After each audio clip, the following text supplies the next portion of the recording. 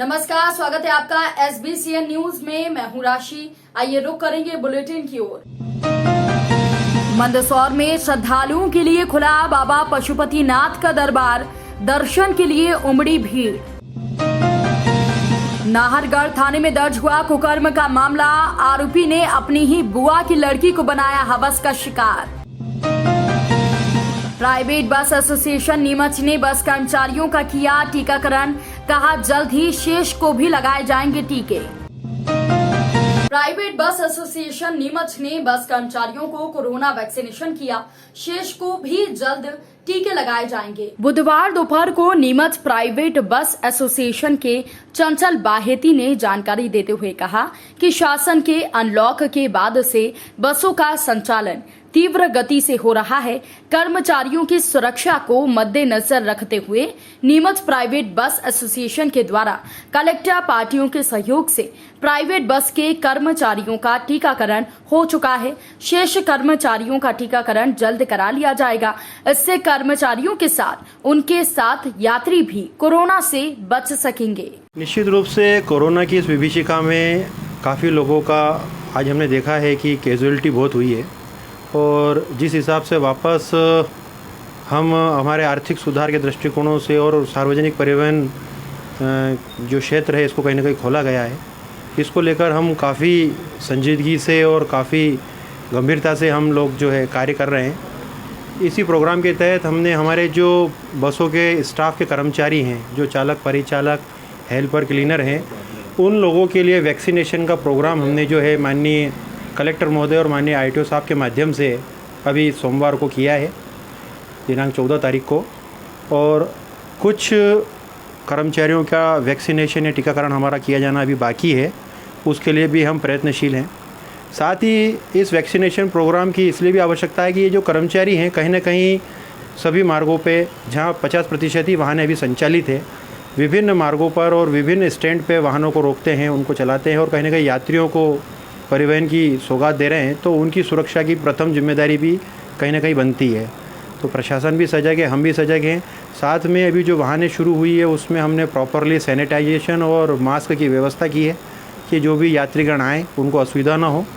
और हमने यात्रियों से भी अपील की है कि वो किसी भी गंतव्य की ओर यात्रा करें तो वो मास्क पहनकर और डिस्टेंस मेंटेन करते हुए से प्रॉपरली सैनिटाइज करें और इस कोविड के जो नियम है, प्रशासन के नियम है, उसका पालन करें। नीमच जिले के शिक्षा विभाग के DPC PS गोयल ने जानकारी देते हुए कहा कि नीमच जिले में प्रवेश प्रक्रिया शुरू हो चुकी है। सभी विद्यालयों में प्रवेश और शैक्षणिक दोनों कार्य चल रहे हैं। सभी विद्यालयों में प्रवेश और शैक्षणिक दोनों का कार्य चल रहा है। अब तक करीब 35,000 विद्यार्थियों के नामांकन किए जा चुके हैं। हमारा लक्ष्य 56,000 का है, जिसे हम जल्द ही प्राप्त कर लेंगे। बच्चों को DG लैब के माध्यम से ऑनलाइन शिक्षा देने का काम किया जा रहा है। शिक्षक भी हर रोज विद्यालय जा रहे हैं।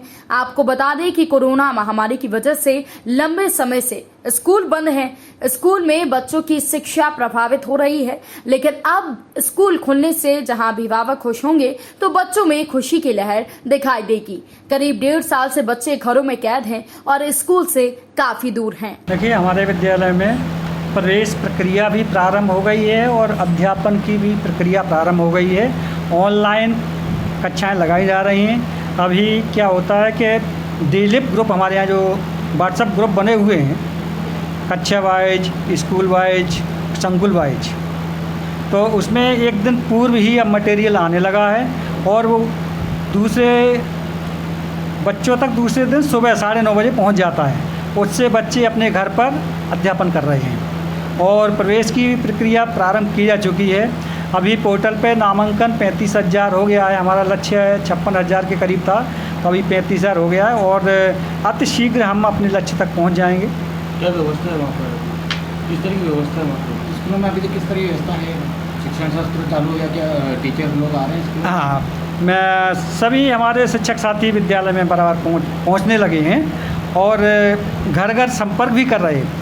एक प्रबंध पोर्टल है, उस पर बच्चे हमारे जो कक्षा 1 में प्रवेश लेने के लिए वाले हैं और उससे बच्चों को प्रवेश दिया जा रहा है। बुधवार दोपहर में नीमच जिले के सरवानिया महाराज नगर पंचायत के नागरिक नीमच कलेक्ट्रेट कार्यालय पहुंचे, जहां उन्होंने नगर पंचायत की अनियमितताओं और अव्यवस्थाओं के संबंध में एक ज्ञापन नीमच कलेक्टर के नाम दिया। ज्ञापन में पीएम आवास योजना में अनियमितता, पेयजल में गंदे पानी की सप्लाई के साथ साथ अन्य कई समस्याओं के संबंध में अवगत कराया गया।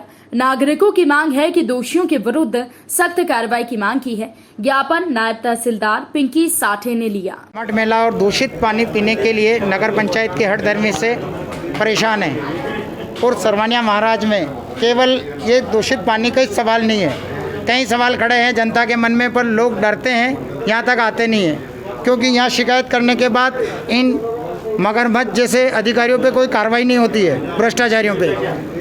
मैं आपके इस माध्यम से इन तक बात पहुंचाना चाहता हूं जिलाधीश महोदय से कि अगर ये टीम गठन करके दल गठित करके स्वयं संज्ञान लेंगे तो सारी पोल भ्रष्टाचार की और इनके अनियमितता की खुल जाएगी। सरवानिया महाराज में 500 से 600 मकान पक्के प्रधानमंत्री आवास योजना के अंतर्गत बनाए गए। बहुत सारे लोगों को 2-2, 3-3 दे दिए गए परिवार में, पर एक मकान कच्चा है और पूरा परिवार रहता है, बहू बेटे और सास ससुर एक ही कमरे में सोते हैं, उसके बाद भी उन लोगों के पास मकान नहीं है। ऐसे गरीब वंचित आज भी है। आप जाके सर्वे करवाएंगे तो इस कार्यक्रम की, इस महती योजना की पोल खुल जाएगी सरवानिया महाराज में। और इसी प्रकार एक वार्ड नंबर 9 से 13 तक शीशी रोड बना, ग्राम पंचायत का बहुत बढ़िया रोड बना हुआ था। नगर पंचायत के लोगों ने भ्रष्टाचार करने के लिए उसको हटाकर नया परिषद का रोड बनाया। 4 महीने की पहली बारिश में ही बह के चला गया और गिट्टी मिट्टी बाहर निकल गई। ये उनकी स्थिति है। सामने जाके मैं तो कह रहा हूँ जांच करके फिर बाद में दोषियों पे कठोर कार्रवाई हो। इन्होंने ऐसा अपराध, जघन्य अपराध किया है कि आज गमू तलई जो एक गांव के पास तलई है, वो तलई का पूरा दोषी गंदा पानी है, उसमें हजारों मच्छें मर चुकी है और उन मच्छों के वो जानवर पानी पीते हैं। जानवर में बीमारियां फैलते फैलते अभी कोरोना काल से सरवानिया की जनता बाहर उभरी नहीं है जिले की, और इन्होंने ये मठ मेला पानी और गंदगी बसाना चालू कर दी। मोदी जी ने करोड़ों अरबों रुपए पूरे देश में खर्च किए, लाखों रुपए करोड़ों रुपए अपने नीमच जिले में भी खर्च हुए सफाई के लिए, पर सफाई के नाम पे इनके कान पे जूं तक नहीं रेंगती है। इन अधिकारियों को सरा शर्म करके गांव की जनता को दूषित पानी पिलाना बंद करे, भ्रष्टाचार बंद करे, पात्र हितग्राहियों को उनका लाभ दे और जो वंचित है उनको उनका लाभ दे।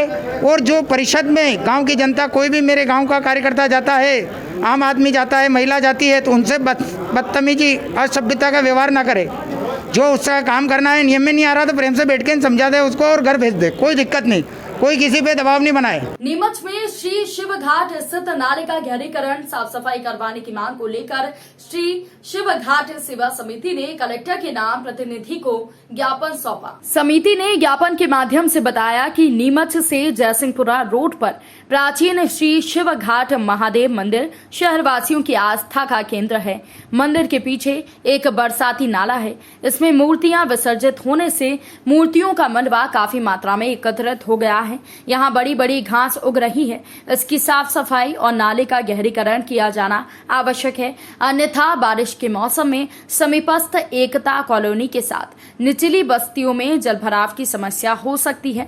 ज्ञापन के माध्यम से शिवघाट सेवा समिति के पदाधिकारियों और सदस्यों ने मांग रखी कि बारिश से पहले इस नाले का गहरीकरण करवाकर साफ सफाई करवाने के लिए संबंधित विभाग को निर्देशित किया जाए, ताकि समीपस्थ निचली बस्तियों में जलभराव में कुछ हद तक राहत मिल सकती है और यहां से निकलने वाली काली उपजाऊ मिट्टी नगर पालिका प्लांट या बगीचों में उपयोगी हो सकती है। जो बहुत पुराना प्राचीन मंदिर है, बहुत पुराने वहाँ घाट बने हुए हैं, वहाँ उन घाट की सफाई और नाले का गहरीकरण के लिए आवेदन देने आए थे। वहाँ पर उसमें जो है मूर्ति विसर्जन वगैरह भी काफ़ी होती है, तो उस वजह से वहाँ बदबू गंदगी भी हो रही है, वो भी सफाई हो जाए। और घाट जो है वहाँ अंदर नदी में काली मिट्टी भी बहुत अच्छी है, यदि वहाँ से काली मिट्टी निकाल के लाई जाए तो नगर पालिका के बगीचे और सभी जगह डाल के उस उपयोगी मिट्टी का भी काम लिया जा सकता है। यही आवेदन है हमारा। बुधवार दोपहर को नीमच तहसील के गांव तीसरा नथावत के ग्रामीण नीमच कलेक्ट्रेट कार्यालय पहुंचे, जहां उन्होंने तहसीलदार के नाम एक ज्ञापन सौंपा। ज्ञापन में बताया गया कि उनके खेत और कुएं पर जाने के रास्ते को एक व्यक्ति के द्वारा अवरुद्ध कर दिया गया है। इससे खेत रास्ते में ही पड़ता है और इस वजह से किसानों को खेत कुएं पर जाने में परेशानी हो रही है। ग्रामीणों की मांग है कि जल्द से जल्द रास्ता खुलवाया जाए ताकि बारिश से पहले अपने खेतों को तैयार किया जा सके। ज्ञापन नायब तहसीलदार पिंकी साठे ने लिया। जो गांव से लगा नदी तक दोनों तरफ से गांव में हसला कर दिया। हम ट्रैक्टर ने गाड़ियाँ गोलियाँ ले जाओ तो जा ही नहीं सके, ना ही नहीं सके। सब तरह कहीं के पड़ी जाए बाटा बुड़ी तो फिर लड़ाई को मोड़ भी पैदा हुए। सरकार से निवेदन है कि रास्ता आइन देखी मगर आवक जाओ कि सही शायद रस्तों कर दे। बस अभी किस तरह से जा रहे हो वहाँ पर? अब तो हम बिल्कुल हगड़े तो एक आदमी मोटरसाइकिल जावा में पशु नहीं रहो तो मैं तो आवा वाला जावा जाई ना आई भी नहीं सके। जावा में आप तेरी पास बाटा लड़ जाए नहीं ट्रैक्टर जी ना थी तो दू खेता वाला फिर भी लड़ाई करा बोलूँ आवे तो लड़ाई कौन करे। सब समय जाओ समय आनो यानी कि आप सरकार द्वारा या मगर रस्तों सही शायद कर दो। कौन सा गाँव का? पिपला नाथावत। बुधवार सुबह नीमच के रावल डुंडी में विधिक सेवा प्राधिकरण और स्वास्थ्य विभाग के सहयोग से कोविड टीकाकरण शिविर का आयोजन स्थानीय विद्यालय परिसर में किया गया। शिविर का उद्घाटन जिला न्यायाधीश हृदय श्रीवास्तव ने फीता काटकर किया। इस अवसर पर नीमच विधायक दिलीप सिंह परिहार, अतिरिक्त जिला न्यायाधीश संजय जैन, पूर्व बीजेपी जिला अध्यक्ष हेमंत हरित, लक्ष्मी नारायण विश्वकर्मा, मनीष चौरसिया के साथ बड़ी संख्या में ग्रामीण मौजूद थे। और स्वास्थ्य विभाग नीमच के सहयोग से आयोजित इस वैक्सीनेशन कैंप में बुधवार दोपहर को नीमच जिला चिकित्सालय स्थित मुख्य चिकित्सा एवं स्वास्थ्य अधिकारी कार्यालय पहुंचकर शहरी आशाओं ने वेतन वृद्धि, सामाजिक सुरक्षा बीमा, शासकीय कर्मचारियों का दर्जा दिए जाने की मांग को लेकर एक ज्ञापन दिया। आशा कार्यकर्ताओं का कहना है कि जब तक शासन उनकी मांगों को नहीं मान लेता तब तक वो हड़ताल पर रहेंगी और इस संबंध में उन्होंने एक पत्र मुख्य चिकित्सा एवं स्वास्थ्य अधिकारी महेश मालवीय को दिया है। आज हम सभी आशा बहनें यहाँ उपस्थित हुई है हड़ताल के लिए। कुछ मांगे हमने रखी है, इस कारण हम हड़ताल पे हैं। जैसे हमको सरकारी कर्मचारी का दर्जा दिया जाए और सामाजिक सुरक्षा दिया जाए, बीमा दिया जाए और हमारी न्यूनतम कम से कम 18,000 आशा की और आशा सहयोगिनी की 24,000 तनख्वाह होनी चाहिए। आपकी मांग कितने हड़ताल कितने दिन की थी? हमारी हड़ताल आज हमने ये दिया है ज्ञापन, आज से अनिश्चितकालीन हड़ताल रहेगी हमारी। जब तक हमारी मांगे पूरी नहीं होगी तब तक हम कोई भी बहनें काम पे नहीं जाएंगी। बुधवार शाम को नीमच के बड़ी मंडी क्षेत्र के सत्यनारायण मंदिर स्थित व्यायामशाला पर यादव समाज के द्वारा बीते दिनों मूलचंद मार्ग पर गाय के साथ घिनौनी हरकत करने वाले आरोपी के खिलाफ सख्त कार्रवाई और गिरफ्तारी करने की मांग को लेकर नीमच कैंट थाना प्रभारी को ज्ञापन सौंपा गया। दरअसल 14-15 जून की दरमियानी रात विक्षिप्त मानसिकता के व्यक्ति के द्वारा गाय के साथ घिनौनी हरकत की गई थी। घटना के बाद यादव समाज जनों में आक्रोश है और आरोपी को सख्त सजा दिलाने की मांग समाज जनों ने की है। मांग को थाना नीमच कैंट का अपराध क्रमांक 291/21 धारा 300 से पुकार का दर्ज किया गया था, जिस पर से आज यादव समाज के लोगों ने यहाँ पर ज्ञापन के लिए बुलाया था। वो ज्ञापन ले लिया गया है। इन लोगों की मांग है कि पुलिस जल्दी से जल्दी कार्रवाई करे और गैर जमानती धाराओं का इजाफा करे उसके अंदर, ताकि गैर जमानती धाराओं में और पुलिस जल्दी से जल्दी कार्रवाई करके मुलजिमों को पकड़ ले। सर, संबंधित आरोपी को कब तक गिरफ्तार कर सकते हैं? जल्दी से जल्दी गिरफ्तार किया जाएगा। यादव समाज की जो युवाजन है उनकी इकाई है कृष्णाज ग्रुप, इनकी ओर से एक ज्ञापन आज सौंपा गया है जिला पुलिस अधीक्षक और जिला कैंट थाना प्रभारी महोदय के नाम पे।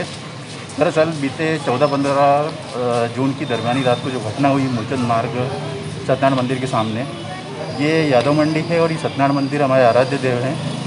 यहाँ पर ये जो घटना हुई है ये बहुत ही विभत्स है। जिसने भी करी है वो बहुत ही विकृत मानसिकता का व्यक्ति है। हमारी एक्चुअली पुलिस प्रशासन से मांग है कि ऐसे व्यक्ति के खिलाफ गैर जमानती धारा में प्रकरण दर्ज करा जाए और जल्द से जल्द उसको गिरफ्तार किया जाए और साथ ही इस तरह की घटना फिर कभी ना हो, ये भी पुलिस जो है रात को CCTV कैमरे जो है पुलिस प्रशासन के चालू रहते हैं, उन पर अगर मॉनिटरिंग होती रहती रेगुलर तो शायद ये इस तरह का प्रश्न नहीं होता। साथ ही सोशल मीडिया पे जो वायरल हुआ है इसके ऊपर भी पुलिस को लगाम लगाना चाहिए कि वायरल क्यों हो रहा है। तो इसके लिए आज कृष्णाज ग्रुप की तरफ से हम लोगों ने ज्ञापन सौंपा है और मांग करी कि आरोपियों को शीघ्र गिरफ्तार करी जाए और सख्त धाराओं प्रकरण दर्ज करा जाए। मंदसौर जिले के नाहरगढ़ थाने में 21 वर्षीय युवती के साथ दुराचार का मामला सामने आया है। आरोपी युवती का रिश्तेदार है। युवती को बहला फुसलाकर उसका शोषण किया गया। पीड़िता की शिकायत पर नाहरगढ़ थाना पुलिस ने मामले में रतलाम जिले के ताल निवासी आरोपी युवक के खिलाफ रेप की धाराओं में मामला दर्ज किया है। आरोपी बीते 2 साल से ज्यादती कर रहा था, लेकिन परिजनों के हाथ मोबाइल लगने के बाद मामला उजागर हुआ। आरोपी पीड़िता को डरा धमकाकर उसके साथ लगातार दुष्कर्म करता रहा। इस दौरान आरोपी उससे मंदसौर के साथ कई जगहों पर ले जाकर अपनी हवस पूरी की। पुलिस के अनुसार आरोपी का नाम दशरथ परिहार निवासी ताल जिला रतलाम है। अब नाहरगढ़ पुलिस आरोपी की तलाश कर रही है। थाना नाहरगढ़ पर अपराध क्रमांक 255/21 धारा 366, 376, 506, 354 का अपराध पंजीबद्ध पीड़िता निवासी नाहरगढ़ द्वारा आरोपी दशरथ परिहार के विरुद्ध कराया गया है, जिसमें पीड़िता की रिपोर्ट पर से अपराध पंजीबद्ध कर आरोपी दशरथ की तलाश निवासी ताल की तलाश हेतु पुलिस पर पार्टी भेजाकर भेजी गई है और जिसकी तलाश जारी है। और किस तरह से घटना को अंजाम दिया गया? वो उसके साथ ज़बरदस्ती बहला फुसला कर डरा धमका कर उसके विरुद्ध उसके साथ शारीरिक शोषण किया गया है और यहाँ पर नाहरगढ़ पर उसके साथ अश्लील हरकत करते हुए मंदसौर में और अन्य स्थानों पर बलात्कार करना बताया गया है, जिसकी विधिवत अनुसंधान कर तस्दीक कराई जा रही है। आरोपी अभी पुलिस परीक्षा में नहीं है, उसकी तलाश की जा रही है। शीघ्र उसको गिरफ्तार कर लिया जाएगा। कोरोना संकट के चलते 2 महीने बाद भगवान पशुपतिनाथ के दर्शन आम लोगों के लिए खोल दिए गए हैं। कोविड की दूसरी लहर में लगे लॉकडाउन के समय 16 अप्रैल को पशुपतिनाथ मंदिर के दर्शन आम श्रद्धालुओं के लिए बंद कर दिए गए थे। 2 माह के लंबे अंतराल के बाद गुरुवार सुबह 6 बजे से पशुपतिनाथ महादेव की आरती के साथ ही दर्शन आम श्रद्धालुओं के लिए खोल दिए गए हैं। हालांकि अभी श्रद्धालुओं का मंदिर के गर्भगृह में प्रवेश बंद रहेगा। आने वाले दर्शनार्थी गर्भगृह के बाहर से ही दर्शन कर सकेंगे। 2 महीने के लंबे अंतराल के बाद जब पशुपतिनाथ महादेव के दर्शन आम लोगों के लिए खोले गए तो यहां आने वाले भक्तों में उत्साह देखा गया। भक्तों का कहना है कि लंबे समय के बाद भगवान पशुपतिनाथ के दर्शन करने का सौभाग्य मिला है। बहुत खुशी है। भक्त और भगवान के बीच 2 महीने का लंबा अंतराल था, दर्शन नहीं हो पा रहे थे। दर्शन करने के लिए आम श्रद्धालुओं के साथ संत जन भी पधारे और उन्होंने भगवान की पूजा आराधना की। संतों ने भी प्रशासन के फैसले को सही ठहराया। संतों का कहना है कि राष्ट्रहित सर्वोपरि है। पशुपतिनाथ महादेव मंदिर के पुजारी ने बताया कि हाल फिलहाल दर्शन गर्भगृह के बाहर से ही होंगे। मंदिर प्रबंध समिति का फिर आगे जैसा फैसला होगा वैसा किया जाएगा। अब यही प्रार्थना की जा रही है कि कोविड जैसी महामारी दोबारा ना आए। पशुपतिनाथ महादेव मंदिर पर लाखों लोगों की श्रद्धा जुड़ी है। मंदिर परिसर में भीड़ ना हो, इसके लिए प्रशासन ने लोगों को सचेत किया है। बिना मास्क के मंदिर परिसर में प्रवेश वर्जित है। दर्शन भले ही खोल दिए गए हों, लेकिन अभी कोरोना का खतरा टला नहीं है, इसलिए सावधानी रखना बहुत जरूरी है।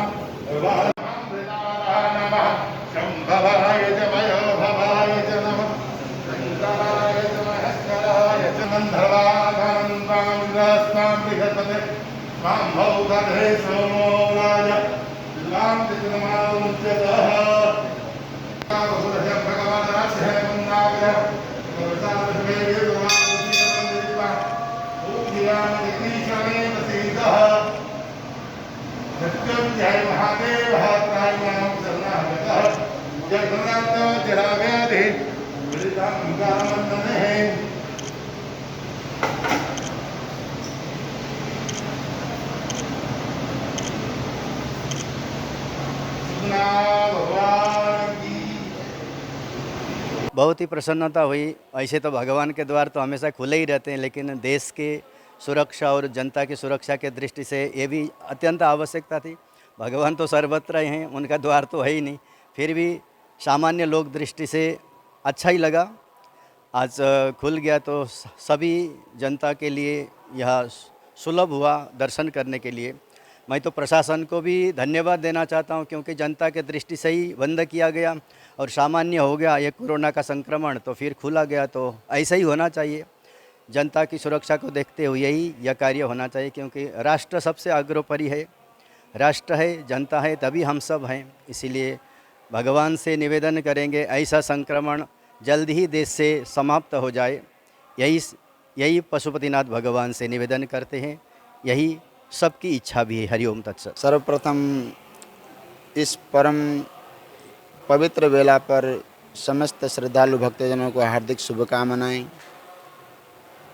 समस्त संसार में, विश्व में जो दुख आपदा कोरोना महामारी के रूप में जो आया था, उस दुख से निवृत्ति हेतु सबसे सुगम और सहज अगर कोई चरण है तो भगवान के चरण हैं। प्रशासन के इस परम पवित्र भाव को हम सब हृदय से अभिवंदन करते हैं, क्योंकि भगवान का एक नाम है रुद्र। ऋतम दुखम द्रावयति इति रुद्रः, जो दुख को निवारण कर दे उसको रुद्र कहते हैं। और समस्त सृष्टि के चराचर प्राणी इस समय कोरोना रूपी महामारी से दुखित हैं, अत्यंत व्यथित हैं, और उस दुख से निवृत्ति पाने के लिए भगवान के चरणों में जाना अत्यंत आवश्यक भी था। और दूसरी बात, हमारे भगवान पशुपतिनाथ का एक नाम और भी है, आशुतोष। और इस दुख से निवृत्ति देने के लिए, आशु माने शीघ्र माने जल्दी, तोषः माने जो प्रसन्न होते हैं, ऐसे भगवान के आशुतोष भगवान पशुपतिनाथ के द्वार खुलने हेतु दसपुर की धरा के इस प्रशासनिक क्षेत्र को हृदय से साधुवाद देते हैं। और सनातन वैदिक परंपरा का ये दिव्य भाव हम आपके हृदय में पुनः किसी प्रकार के दुख को निमंत्रण न दे, सुख ही सुख को आमंत्रण दे, ऐसी कामना के साथ प्रशासनिक क्षेत्र, समस्त पत्रकार बंधु एवं दसपुर की धरा के समस्त श्रद्धालु भक्तगणों को इस परम पवित्र बेला पर हार्दिक शुभकामनाएं व्यक्त करता हूं। हरिओम। बहुत अच्छा लग रहा है। सबसे पहले तो भगवान के चरणों में नमन करते हैं, और सब आपको भी धन्यवाद करते हैं कि 2 महीने बाद आपके चैनल के माध्यम से भगवान के डायरेक्ट दर्शन घर घर तक पहुँचेंगे। और जिस महामारी से भगवान ने आज पशुपतिनाथ महादेव ने जिस तरह की कृपा करी और जो माहौल सुधरा है, आगे भी भगवान से प्रार्थना करेंगे ऐसा ही वातावरण बना रहे और सभी पे कृपा बनी रहे। इस बुलेटिन में फिलहाल के लिए इतना ही। अपडेट्स के लिए बने रहिए SBCN न्यूज के साथ। नमस्कार।